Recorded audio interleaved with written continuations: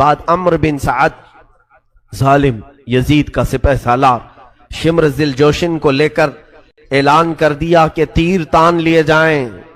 سارے لوگوں نے گھٹنے ٹیک دیے اور حکم کی فرمان برداری پر اپنے اپنے تیر سنبھال لیے، اور خیمہ حسین کی طرف ہر ایک کا تیر تھا۔ اور اسی اسنا میں 1000 کا لشکر لے کر عمرو بن سعد گھوڑے دوڑاتا ہوا خیمہ حسین کے پاس آیا۔ جیسے ہی وہ آیا، اب سیدنا امام حسین نے اپنے گھر کے 20 افراد کو لیے اور ان 1000 کا مقابلہ کرنا شروع کیا۔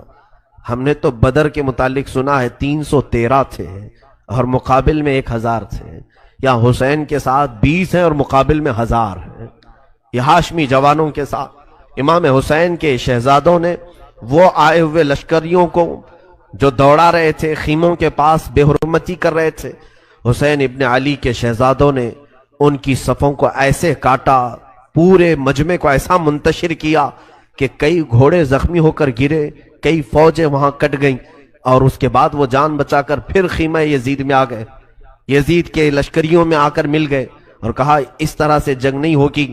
پھر عمرو بن سعد نے کہا اب دیکھنا، تم سب گواہ رہنا، سب سے پہلا تیر حسین کی طرف میں چلاتا ہوں، اور یہ کہہ کر کے اس نے خیمہ حسین کی طرف تیر چلایا، اور اس کے بعد اعلان کر دیا جنگ کا آغاز ہو چکا ہے۔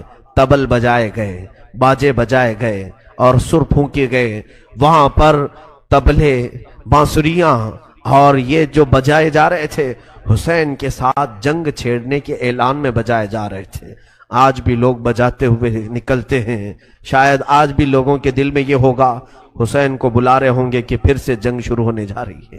طبلے بجائے گئے تھے یزید کی طرف، اور اس کے لشکریوں نے اعلان کے لیے ڈھول باجے بجا کر کے شروعات کی جنگ کی۔ امام حسین ابن علی رضی اللہ تعالیٰ عنہ اپنے خیمے میں بیٹھے تھے۔ حر بن یزید جو آئے امام علی مقام کی بیعت کی تھی اور وفاداری کا ثبوت دیا تھا، وہ اٹھے اور جانے لگے تو حر بن یزید کا بیٹا علی وہ کھڑا ہوا اور کہا کہ اے ابا جان، آپ کے ہوتے ہوئے، میرے ہوتے ہوئے آپ کیسے جائیں گے؟ مجھے اجازت دیں۔ تو سب سے پہلے حر بن یزید کا بیٹا میدان کربلا میں اترا۔ یہ امام علی مقام کے وہ نئے ساتھی ہیں جو اسی دن ملاقات کی ہے اور اسی دن نکل پڑے، اور اس جوان نے 2-3 لوگوں کو اپنی تلوار سے مارا، لیکن زیادہ دیر تک وہ نہیں مار سکا۔ اچانک اسی اسنا میں ظالموں نے اسے گھیر کر شہید کر دیا۔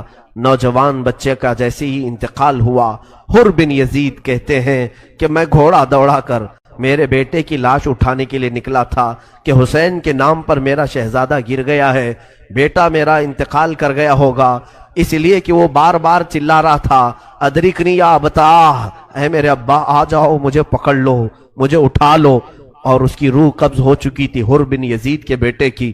حر کہتے ہیں میں گھوڑا دوڑاتے ہوئے میرے جوان بچے کے تک پہنچنا چاہ رہا تھا، دیکھا وہاں پر مجھ سے پہلے حسین ابن علی پہنچے ہوئے ہیں اور امام علی مقام اس جوان کو اٹھا رہے ہیں اور اٹھا کر کے خیمے کی طرف لا رہے تھے۔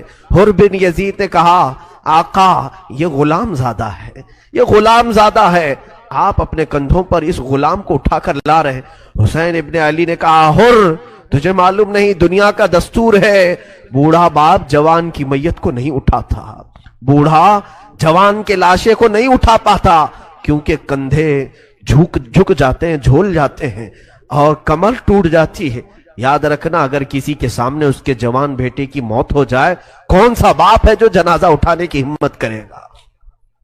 حر بن یزید نے کہا آقا یہ غلام زادہ ہے، آپ اٹھا رہے ہیں۔ حسین ابن علی نے کہا کہ اے حر تجھے معلوم نہیں، دنیا کا دستور ہے کہ جوان بیٹوں کو باپ نہیں اٹھا پاتا، تو میں اٹھاؤں گا جب تک رہوں گا۔ لیکن کربلا نے وہ بھی منظر دیکھا جب حسین نے خود اپنے شہزادوں کی لاشیں اٹھائے، تب کوئی دوسرا اٹھانے والا تھا ہی نہیں۔ اے میرے عزیزو، امام علی مقام اس جوان بچے کی لاش کو خیمے تک لے آئے۔ حر بن یزید یہ امام علی مقام کی طرف سے نکلے اور اپنے بیٹے کی موت کا غم بھی لاحق تھا۔ یزید کے لشکریوں پر وہ شیر کی طرح بپھر گئے، جگہ جگہ سے ان کی صفوں کو کاٹتے رہے۔ عمرو بن سعد نے کہا کہ پکڑ لو حر بن یزید کو اور گرفتار کرو۔ لوگوں نے جب تیروں سے حملہ کیا، اور پھر دیکھا کہ تیر کھا کر تقریباً 27 تیر حر بن یزید کے جسم پر لگے، لیکن وہ کسی تیر کا کوئی بھی نوٹس نہیں لیتے تھے۔ اور اس کے بعد ایسا ہوا کہ ان کے گھوڑے کو گرایا گیا اور لوگ ان کے جسم پر چڑھ گئے اور ان کا سر بھی جسم سے الگ کیا گیا۔ حر بن یزید کو وہاں پر شہادت ہوئی۔ عالی مقام امام حسین رضی اللہ تعالیٰ عنہ کے خاندان میں سے کوئی بھی بچے کو ان کے ساتھیوں نے پہلے میدان میں اترنے نہیں دیا جب تک امام عالی مقام کے وفادار ساتھ میں تھے۔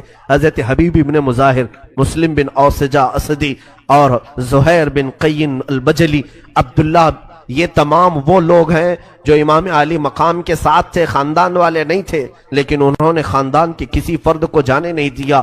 پہلے خود اترے، حبیب ابن مظاہر آئے، زہیر بن قین آئے، یہ سب لڑتے رہے، عبداللہ آئے، یہ سب لڑتے لڑتے جام شہادت نوش کر گئے۔ ان کے جسموں کو یزیدیوں نے پامال کیا، بکھیر دیا۔ اب امام علی مقام کے گھر والوں کی باری آئی، جب ساتھی سب شہید ہو گئے، خاندان ان کے سب لٹ گئے، امام علی مقام کے گھر والوں کا اب مقام تھا یہ کربلا کا خونی منظر جو اہل بیت اطہار سے کڑا امتحان لے رہا ہے، ایک سخت ترین امتحان لے رہا ہے۔ بھوک کا امتحان الگ ہے، پیاس کا امتحان الگ ہے، اور بغیر چھت کے گھروں کا امتحان الگ ہے، اور اس کے بعد تلواروں کے مقابلے کا امتحان الگ